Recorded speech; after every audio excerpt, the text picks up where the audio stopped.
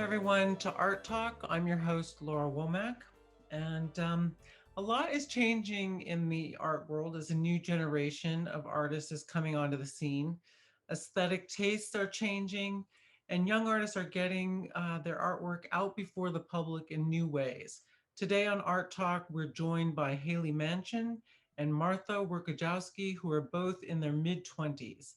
At 24, Haley's already been in the Phillips Mill Art Show 3 times and won 3 awards. That's pretty impressive. She has a BFA from the Maryland Institute College of Art, studied a semester in Italy, and had a residency at the Philadelphia Academy of Fine Arts. Welcome, Haley, to Art Talk. Oh, thank you. I'm glad to be here. Martha has twice been in the Phillips Mill Art Show. She graduated from the Rhode Island School of Design in 2016 and has already been in over 60 exhibitions. That is quite an accomplishment, Martha. Welcome to Art Talk. Thank you so much for having me. These two artists aren't even close to 30 yet and already have enviable careers. We'll talk about their work. Obviously, you're both very talented. They're also great at promoting their work, something that wasn't always considered appropriate for an artist to do themselves. We also have with us Jen McHugh. She's back. She wasn't able to join us at our second Art Talk, but she's back. She's the social media manager for Phillips Mill and the producer of Art Talk. We'll be taking questions from attendees as we go along, so please type them into the question and answers. And welcome, Jen, welcome back. Thank you. Okay, Haley, you have submitted you've been in the Phillips Mill 3 times, always with portraits. Is that your main subject matter that you like to work with? Yes and no. I think I do really like working figuratively, and I think my work has always been figurative. So I think sometimes it's where I like to invest a lot of my time. I have started to branch out into other things. It's also with figures, but I also like drawing characters, and you'll see that in my sketchbook drawings. I like creating little narratives and stories based on childhood memories, nostalgia, that sort of thing. So I think my portraits kind of tie into like my love of drawing figures ever since I was a kid. Right. You've been in the show 3 times. It's a difficult show to get into, honestly speaking, and you've won 3 awards. This year, you're the recipient of the Bucks County Herald Award in honor of Joseph T. Wingert.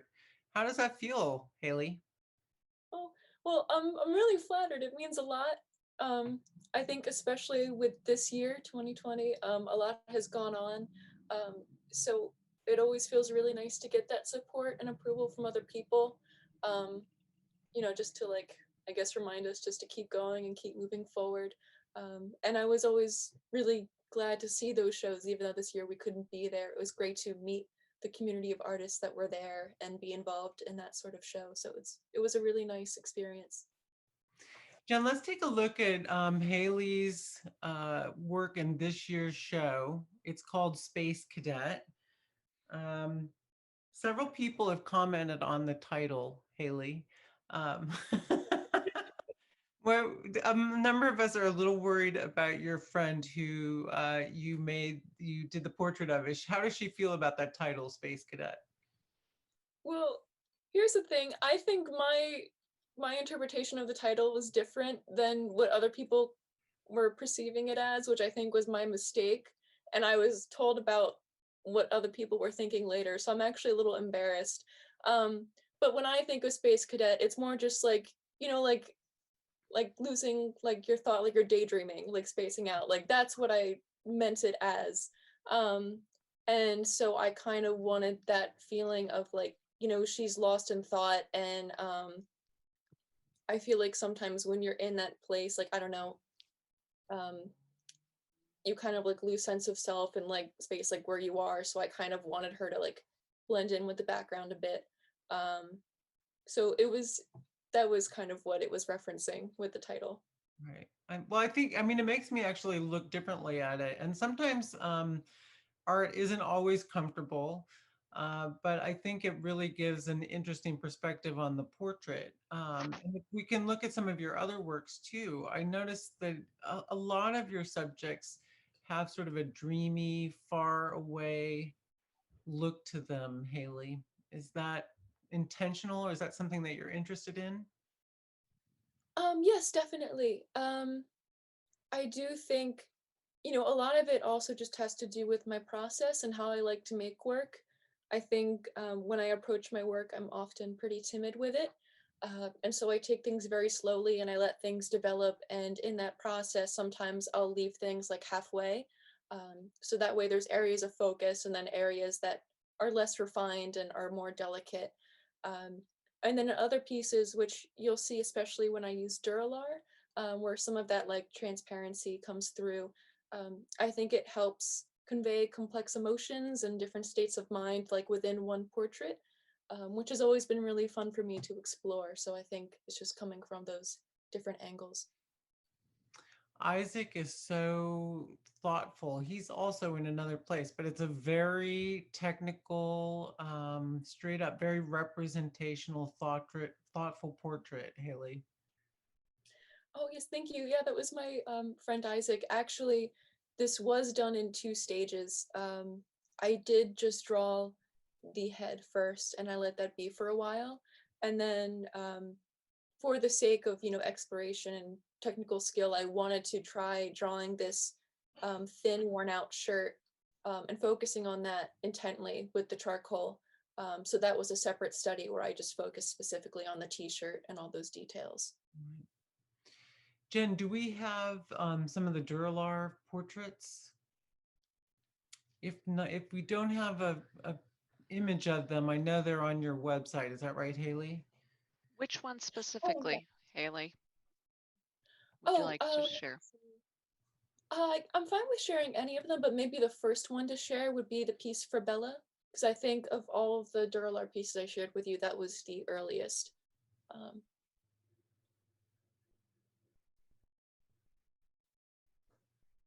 Oh,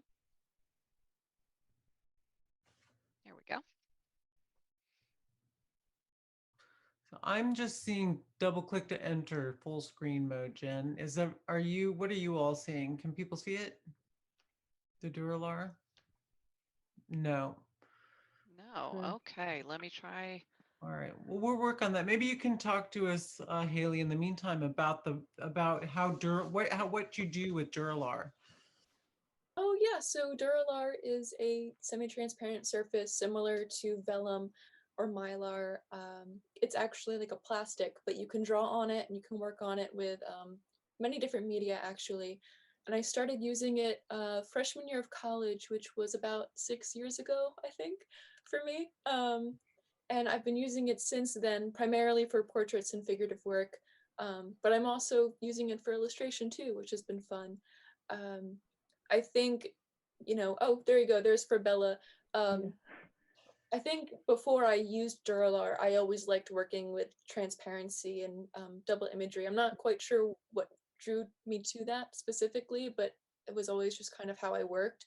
And so when I was introduced to this surface that I could actually physically move the layers and play around with things as I wanted to, I kind of held on to that. And I'm still, constantly trying to figure out how I can keep pushing the way that it's used.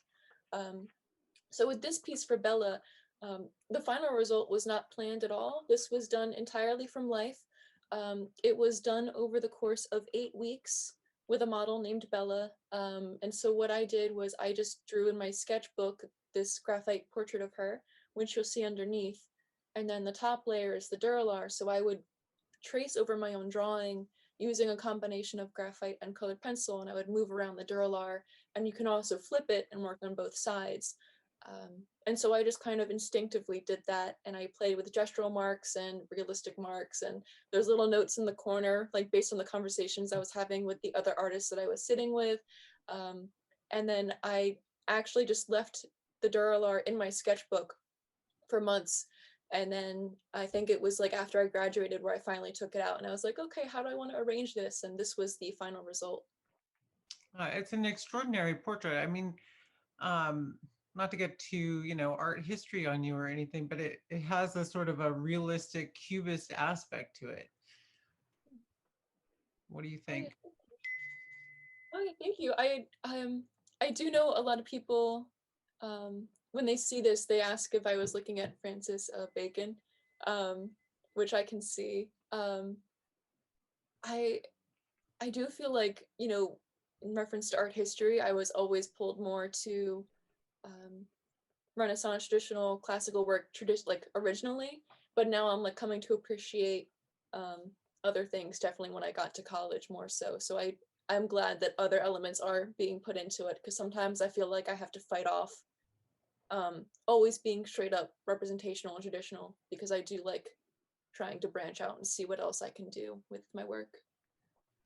So we have a question from one of our attendees. You mentioned that you worked on this piece with a model. Is that normal, or do you normally work with photos, or how do you like to work with your subjects?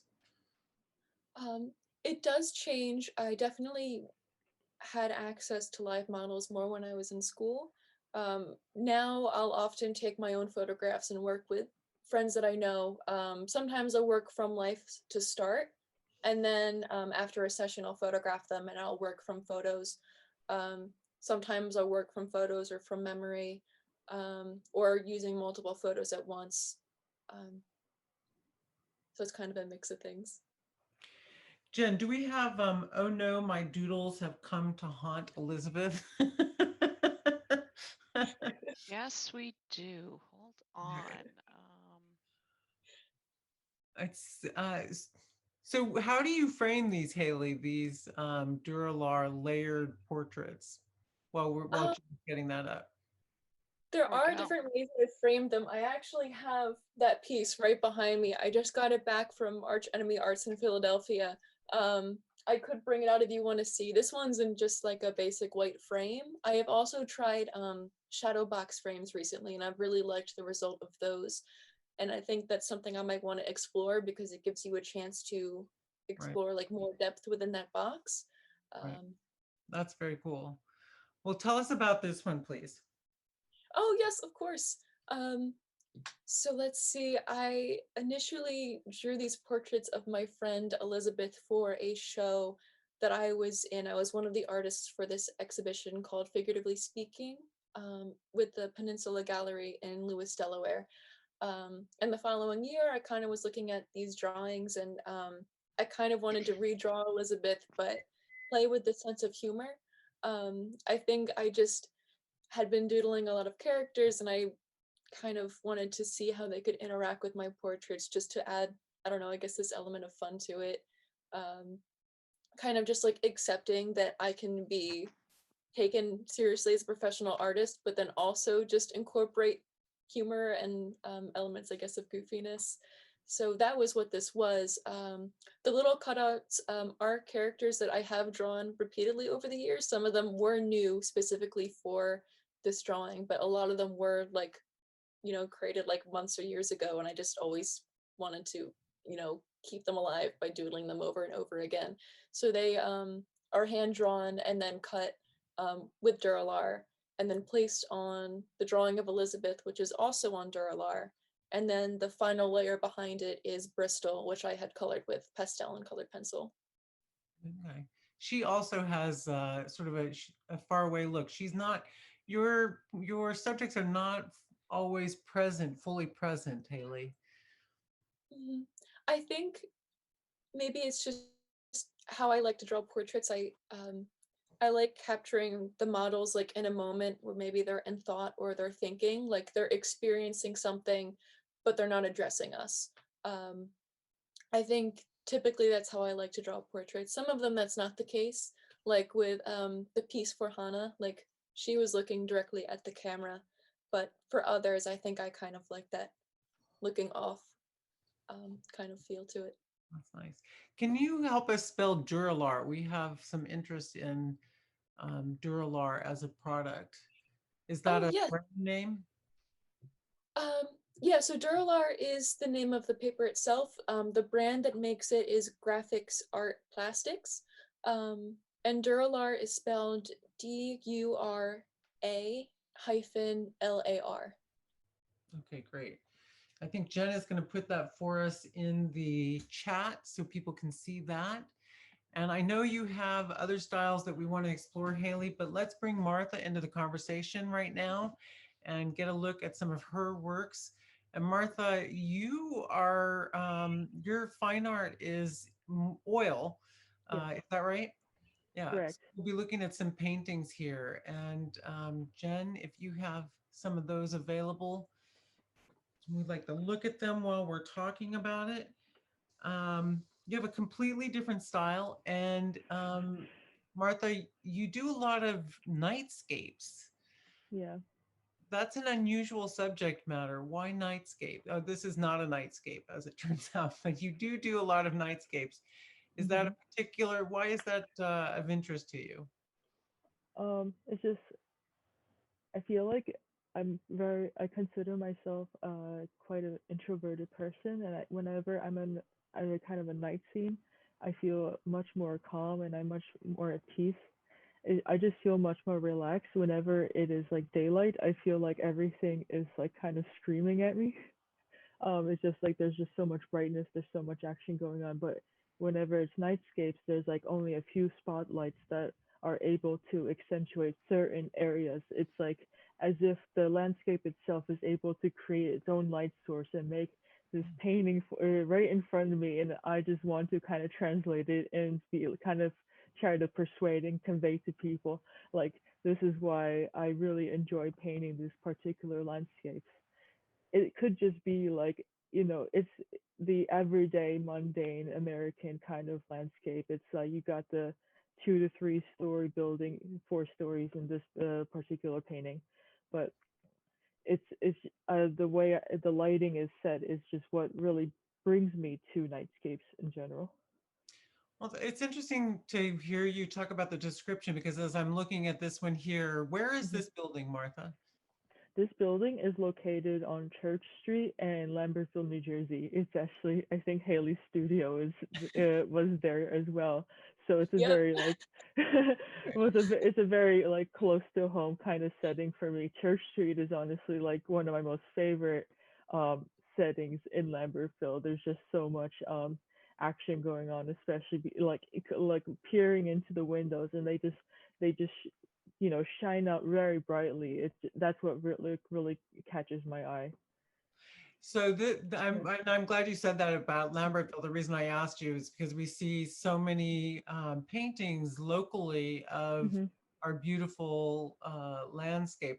So many of them are rural, and yet we have these fabulous towns that people come from so far away. So it's great to see those as subject matter. But this one, I like this one in particular as it has that it you said you're an introvert and this one Yeah. definitely has that perspective of somebody on the outside looking in and you have all of these inviting warm lights and hmm it feels like there are people inside and life is happening but it's definitely the perspective of an outside observer. Absolutely. I'm really happy that you were able to kind of see where I'm coming from. It's not very direct. It's more just like peering into this world as an outsider. Um, my I feel like this kind of connects to the fact that my parents are immigrants from Poland and they're kind of immigrating here, and I'm first generation, so I feel like I myself am sort of an outsider, and I'm just peering into this American lifestyle, and I'm much more overly fascinated by the structures and what's happening around here.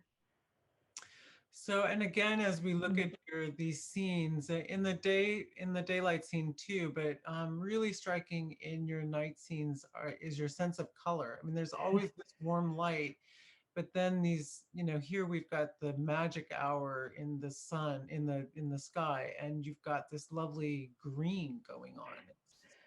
Yeah, It's I an think unusual palette. thank you so much. Yeah, it could just be the green traffic light just making a reflection on the street, and I just want to pick that up and kind of like accentuated much more into my paintings just to kind of convey the message that even like a green traffic light could make some beautiful lighting. Right. So again, not to get to art history on you all, but again, I'm thinking these colors are so they're unusual, right? I mean, we're not seeing these in more recent academic paintings. We're not seeing these kinds of strong colors. And yet I think if you go back to like Renaissance paintings, we did see these lovely sort of pools of color. Is there anything there, Martha, or am I bringing that to it myself? It's a really great question. I feel like it's just based on perhaps a perspective. I do think that like I guess from my standpoint, I feel like color is just a very huge aspect into my artwork. I'm really happy you brought up this Halloween painting here because I noticed that Lambertville is it's like its signature, one of the signature aside from Shadfest is their Halloween decorations. And aside from like, I think nightlife has like beautiful lighting. I was like, wait a second, I could take it even further and see what unusual lighting I can get from Halloween decorations. So this painting right here kind of kicked off like my fascination and kind of like my series into Halloween paintings and into the vibrant colors because as you can probably tell, Halloween is a very colorful kind of holiday. Right. Yeah, That's great. So Martha, do you paint from life or do you paint from photographs? that's an amazing question. It's all done for my own photographs, but all the photographs are taken for myself. I really like to experience the place firsthand, just to like get to know the place and kind of figure out things that I probably would have never noticed if someone have just sent me a photograph and say paint from this. Like I can always like figure stuff out from that photograph and pick up things from there, but I feel like fully immersing yourself into the space, you like pick up much more information much more quickly that way. So, Haley, I'd left the two of you to talk about the merits of working from photographs because when I'm not an artist, but when I talk to artists about their work, this issue of working from photographs seems to be a really controversial issue, and some artists are just really super down on it, and others are like, my entire work, I photograph first before I start painting. What do you think, Haley? I think that's a good question. I think there are merits to working in both. I think it is a tricky subject. I feel like since we have the capability to take photographs and use them, I think we should be able to take the liberty to do so. But then just with that understanding, like, okay, if we already have the photograph, what can we do from there? I think the fact that we can take photographs, it allows us to kind of call back to the memory of what that experience was, especially if we don't have the schedules to accommodate full-time models and working from life, which I don't know about most people, but I don't think I have that capability to do so at all times. Also, it allows playing with the process of like what you can do with photos. I know that sometimes, like especially when I worked with my body of work called Misinformed or Exposed a few years back, it was playing with imagery, but it was manipulated or distorted. So sometimes I would take panoramic photos and it would turn into a mistake. Like someone would move into my photo and they would have this distorted image, and I was able to take that and then create imagery and new artwork from that. So it was kind of like artwork coming from the mistake of the photograph. And I do think that if you're playing with the results of the artwork and you're being clever with it and doing more things with it, it's not just copying the photograph. But that being said, I feel like I'm rambling a bit. I don't think there's anything wrong with working from life either. I think you can do a lot with that too. I would actually Just, sorry. I would actually like to follow up. What I really like about Haley's work is that you can't tell whether or not this her work is referenced from a portrait, from real life or from a photograph. I feel like her style is so unique and so amazing that like I think she does a great job of using the photography as a reference, as a tool, and the way she translates the artwork is what really helps it make it your own work, Haley. Thank you, Martha. I Mhm. appreciate it. And I feel like to piggyback off of that, to also support Martha's work, I think the way that she takes the photographs to exaggerate the color that you see there and create those night scenes is what makes her work so unique. Thank you. Which I really love the way that she uses it. So I guess both of our works are examples of how photography can be beneficial to the process, Yeah. Right. rather than detrimental. Yeah. Jen, did you have a question that you wanted to ask? We have a couple questions for Martha. Oh boy. One is, were you influenced by Hopper? That is such an awesome question. And actually, this question made my day, honestly. Um, he's such an amazing artist to me, and he's a huge inspiration to me. And the fact that people like instantly see you were inspired by Edward Hopper, it just means so much to me. So I really appreciate that. I actually was I went to a studio visit today with like my childhood hero, Dana Stewart, who is like a sculptor around here. He has one of his really big sculptures in New Hope, and he said your work reminds me of Edward Hopper, and I was like, wow, you made my day. That is terrific because I think the reason why people can see this connection between me and Edward Hopper is that Edward Hopper is all about celebrating the present. It could be just anything in front of him, like a building, a house, a car, whatever. Just some people chatting. Nighthawks is just some people chatting at the bar, and he makes it such a precious moment, and it's all about celebrating the present. And that's definitely a concept I've been kind of following with too. Sorry about that. Martha, you Yeah. studied illustration at RISD, and you have just come out with a book of describe it, because when I first Yeah, encountered it, it was a web comic, that's right. uh, Yeah. but now it's actually a book. I'm so happy you asked that. Do you want me to start out like how it kind of started on my studies at RISD, or do you want me to start about the book right now? Tell us about the book and what made Okay. you decide to do a book. Oh yeah, And would sure. you describe it as a comic? Yeah. Yeah. Oh, that's a great question. So, this is the book we're talking about. It's called Sacred Heart Suburb. It was originally intended as a web comic, but kind of I once I finished the prologue, I'm like, wait a second, I actually got like a whole story figured out for myself. So after I get that whole story figured out for myself, I'm like, wait a second, maybe I should start making a book. I mean, like, if it's a new year, I gotta try something new sometimes. So I just got this physical copy, and I couldn't be happier with the results. And what's really cool about this comic is that it's able to include like my landscape oil painting. So not only am I able to kind of express my oil paintings into a book, but the oil paintings now have like a different meaning behind them. They are now part of a larger story. So that's pretty cool. And Yeah.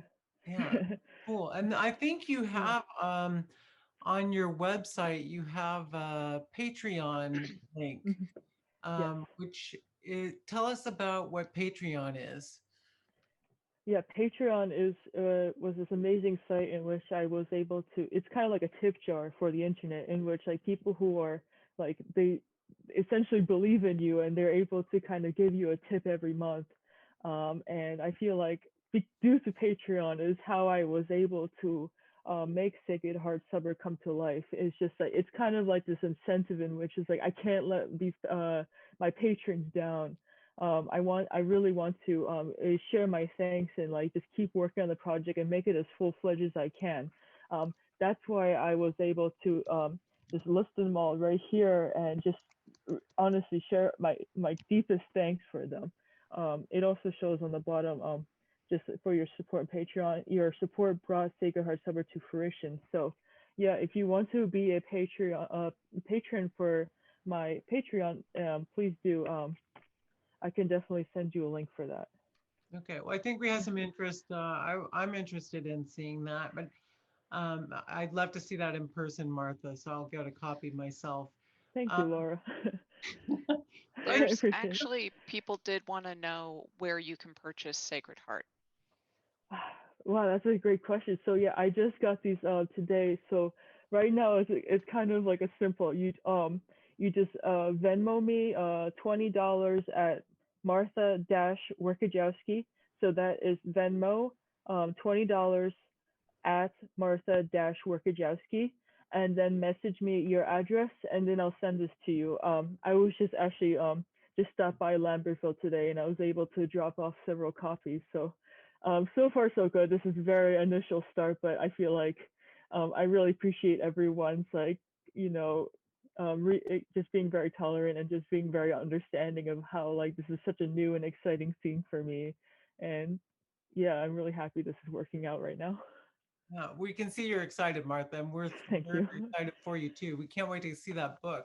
But I think Thank this you. is, I mean, this is a whole new way of promoting your artwork, and that's one of the things I really wanted to talk to you both about because you're so great at exploring these new ways of promoting art. Because I think in the past, artists were not supposed to, they're supposed to be sort of gentlemen or lady artists and not supposed to promote themselves. That was, the job of their gallerist or their agent. And so, Haley, you're really good at promoting your work. I see you and I see each other on social media all the time.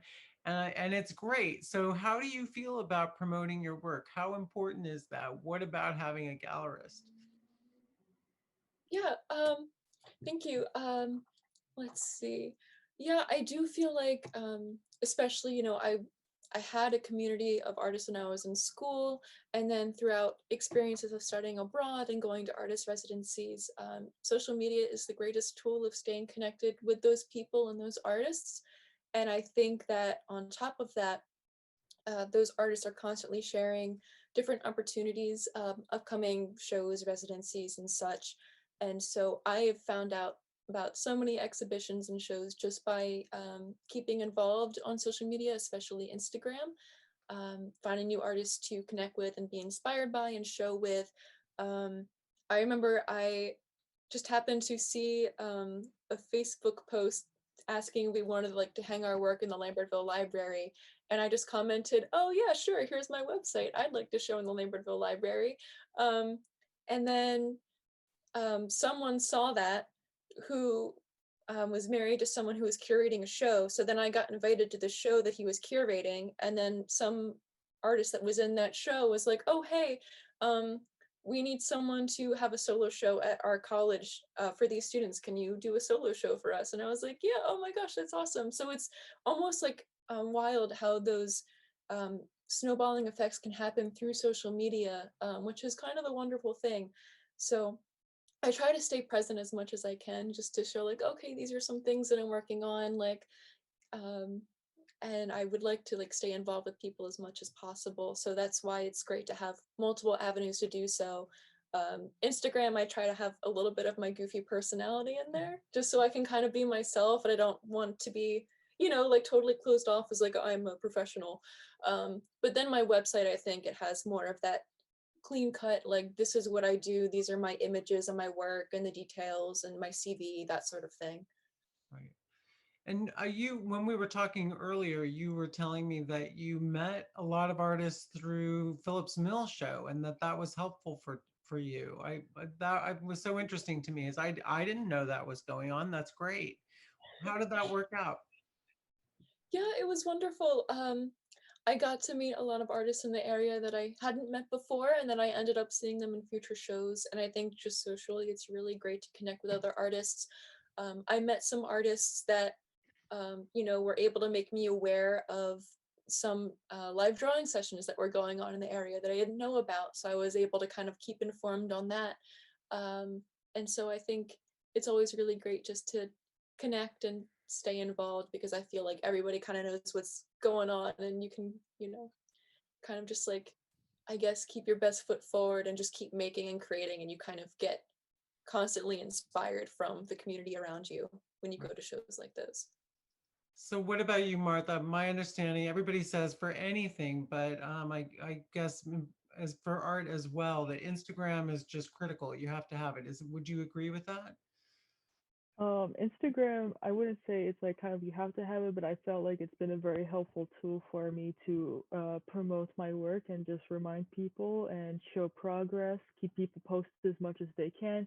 Um, I wouldn't say necessarily it's like a necessity, but I feel like in order to catch up into the current times and I mean, we're dealing with a lot of people promoting their stuff, and I think it's like all about being part of it and trying to get yourself involved and say like, hey, don't forget about me. I have my work here too. Check it out. But aside from that, Instagram is great, but I think the most important part is just like showing up, attending, showing your support, getting your personality out there. I feel like the best way for people to connect with you and get to know you the best is it's just getting yourself out there and people knowing you personally. I think those kind of connections are very important. And it's really great the way, I've seen the two of you promoting each other. This was a new year for the art show. We had a sort of a concerted campaign on social media, and we really grew our audience on social media very quickly.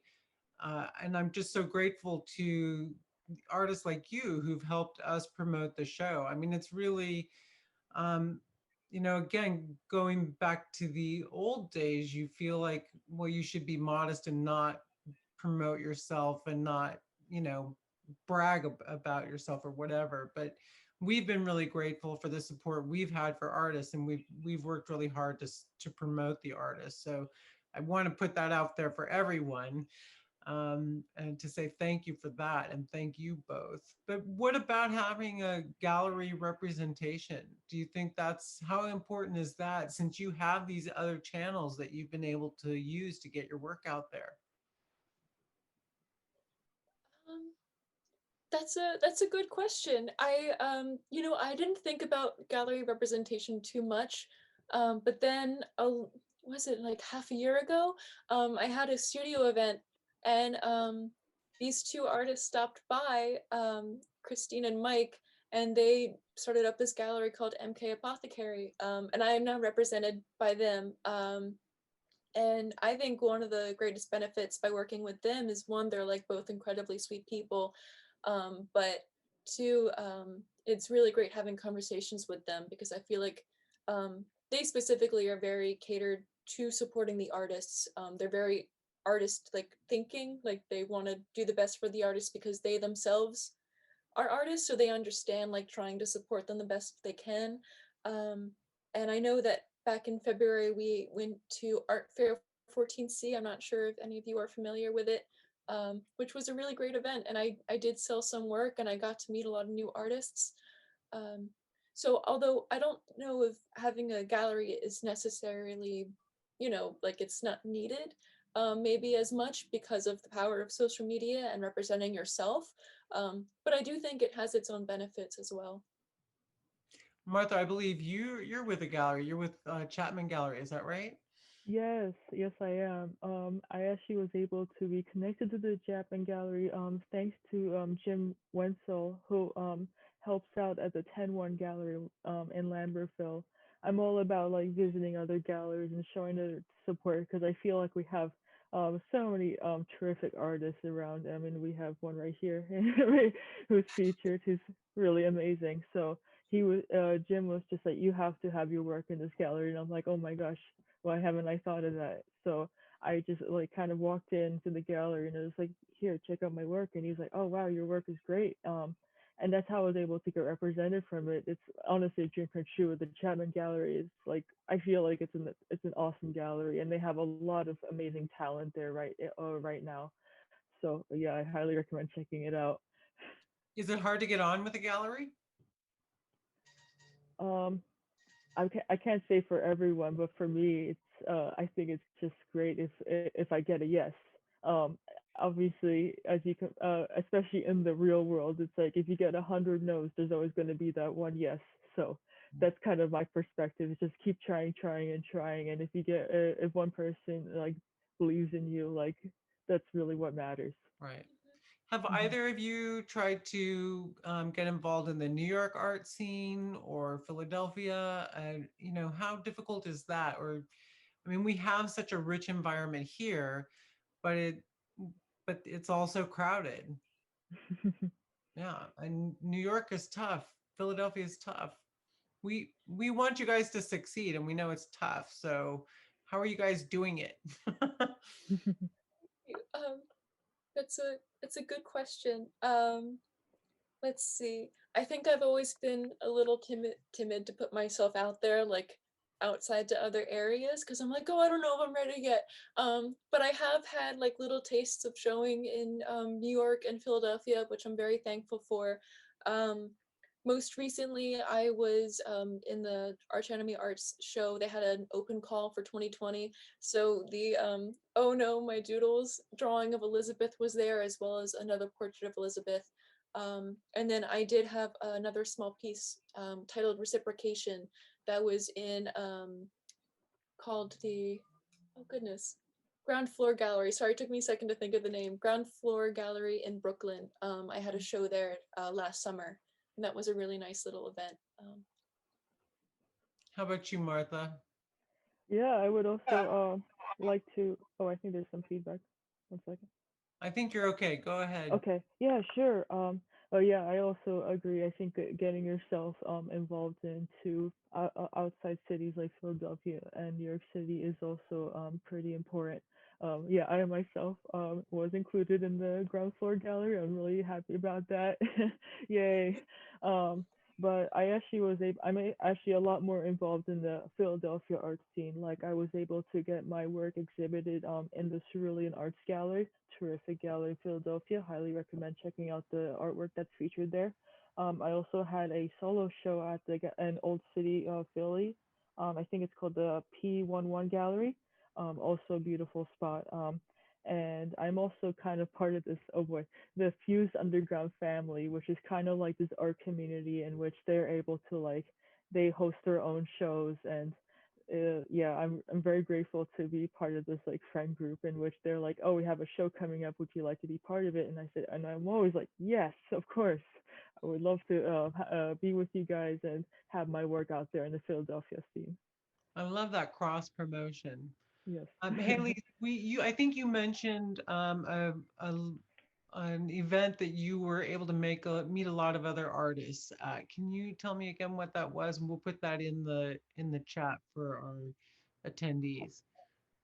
Yeah, was it the Art Fair 14C? I think that was it. Yeah. I'm sure some artists here or anyone listening might know about it. I would definitely recommend looking into it. It was held in Jersey City back in late February, March. Mhm. Um, but yeah, it was meant to highlight artists kind of like within the area of New Jersey. And since my studio was in New Jersey, I technically was able to be included.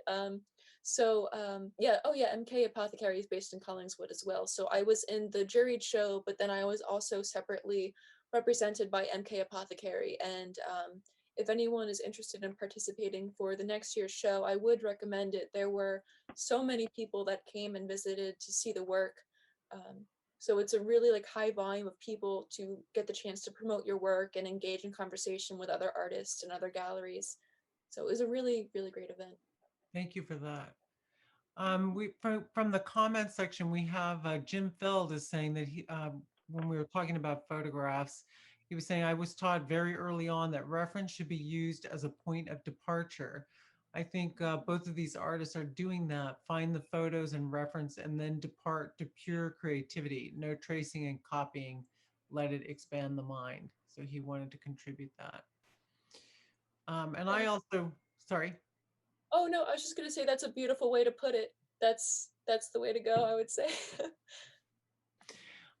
There's a local art teacher, Pam Miller, who was telling me also that, you know, the photograph it's in a way, it's like a nice way of taking notes, but the way the camera sees what's in front of you is very different. And if you try to paint exactly what you're seeing in the photograph, it's going to be distorted because what we do in our minds is very different than what a camera does with the scene in front of us. So Martha, we did have someone who wanted to know that whether the building that you took specifically was whether that was from a photograph or if that was from in person.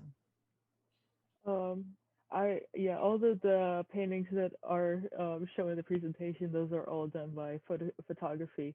I think I would like to share a little trick in which how I'm able to kind of make my work look less like a photograph is that whenever I take photography, sometimes the buildings have very skewed perspective, and you don't usually see the skewed perspective whenever you see the building in front of you in person.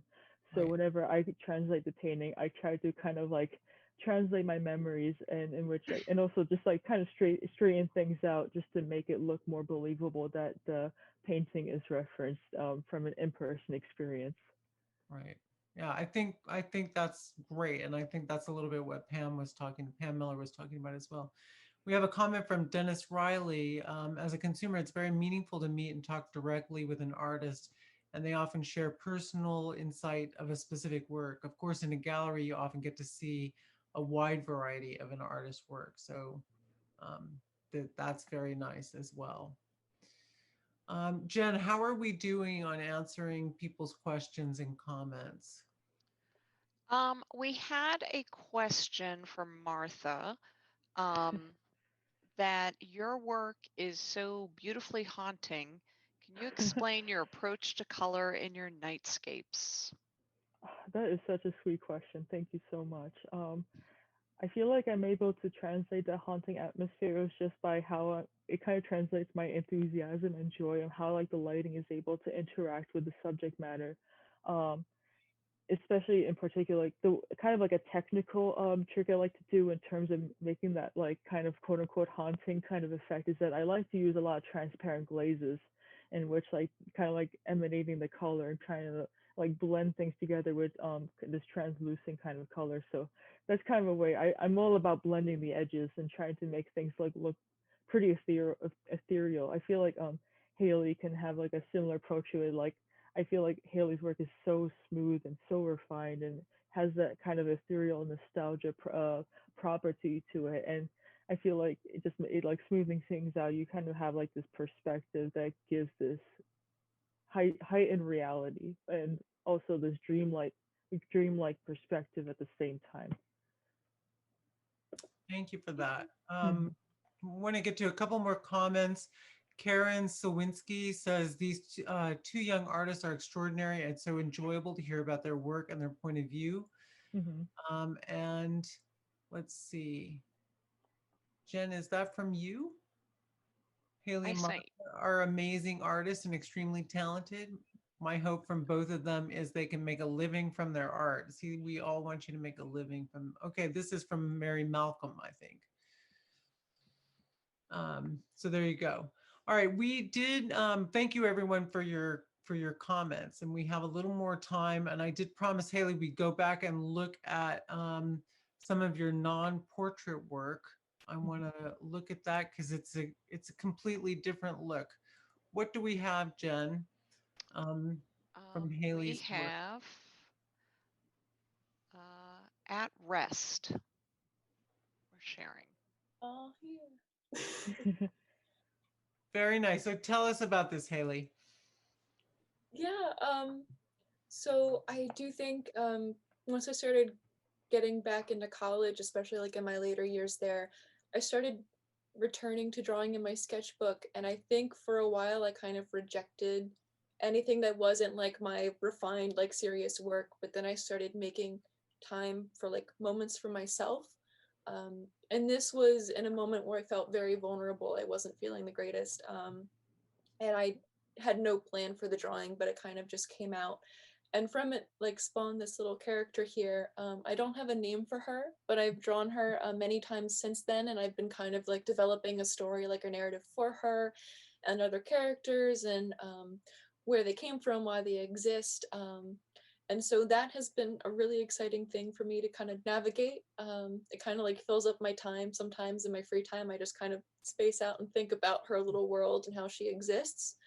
Um, and I think that the whole process of drawing in my sketchbook has, for one, been very cathartic, but also just very rewarding because I think it helps influence and strengthen my work in my portraits and in my other drawings that I might have like on the walls as opposed to in my sketchbooks. Um, so yeah. Let's see some more, Jen, if we have more to look at. And while you're pulling that up, Haley, I, like if you could talk a little bit about your art practice, the amount of time you spend uh, with your sketchbook is something totally different. I think that's very personal as opposed to finished works. Uh, Definitely. Are you asking like how much I spend on each, or just like in general how much?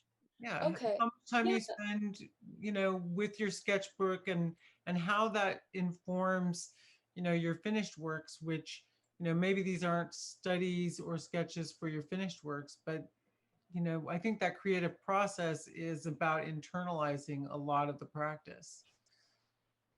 Yeah, so let's see. With a lot of my sketchbook drawings, I think the process is different.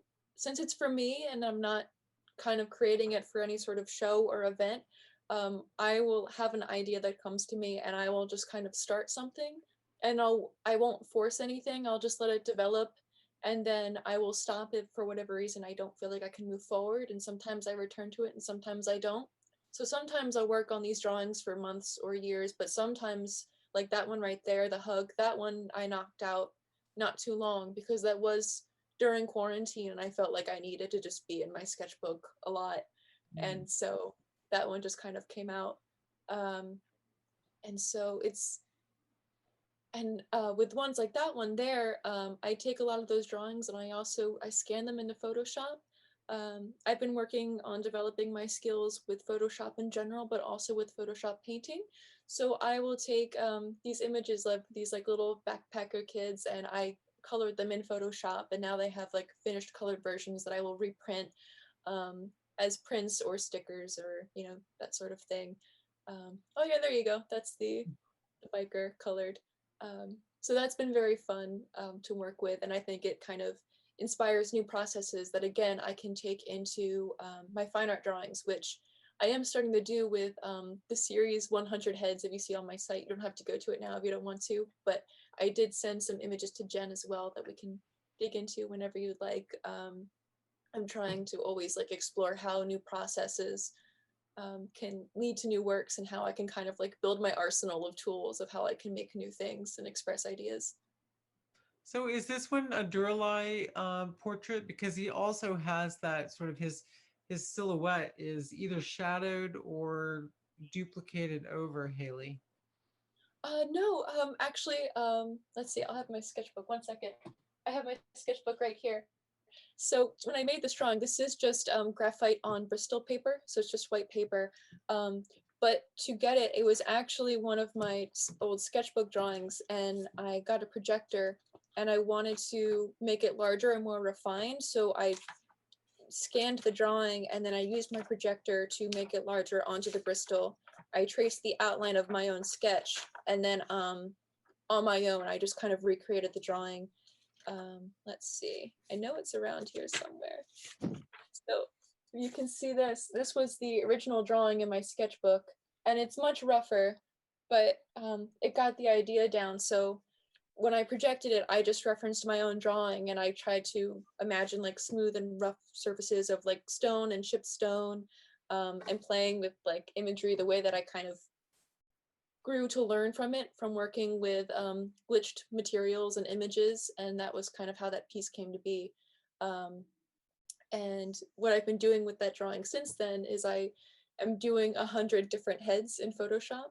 So I wanted to explore all of Photoshop's tools. So I am making 100 different iterations of this head based on different tools in Photoshop just to see what I can come up with. It kind of forces me to expand my knowledge so that way when I work with my drawings in the future for illustration or portraits or whatever I want to do, I know exactly what everything does because I've kind of forced myself to kind of work with everything that I have.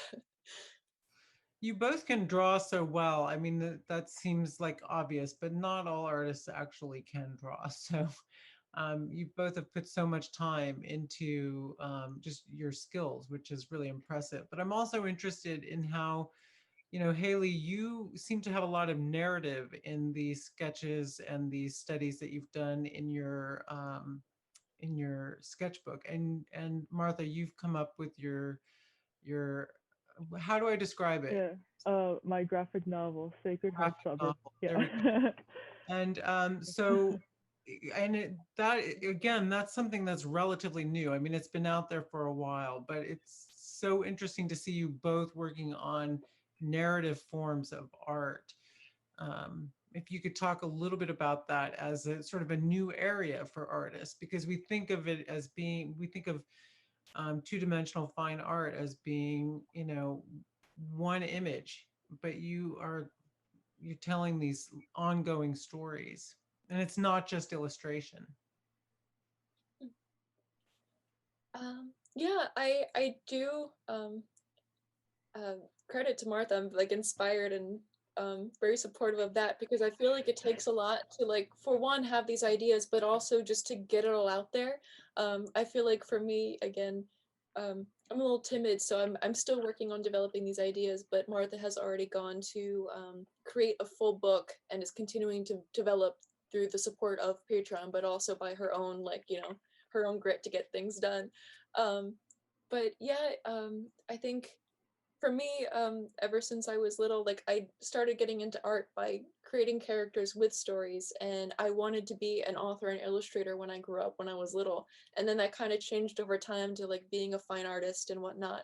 Um, so in a way, it is really nice to kind of get back to my roots and kind of explore what I think got me into making art in the first place. Um, and I think it would be a really fun process to maybe kind of dig into that and see what stories I could actually make and get published out there. That's wonderful.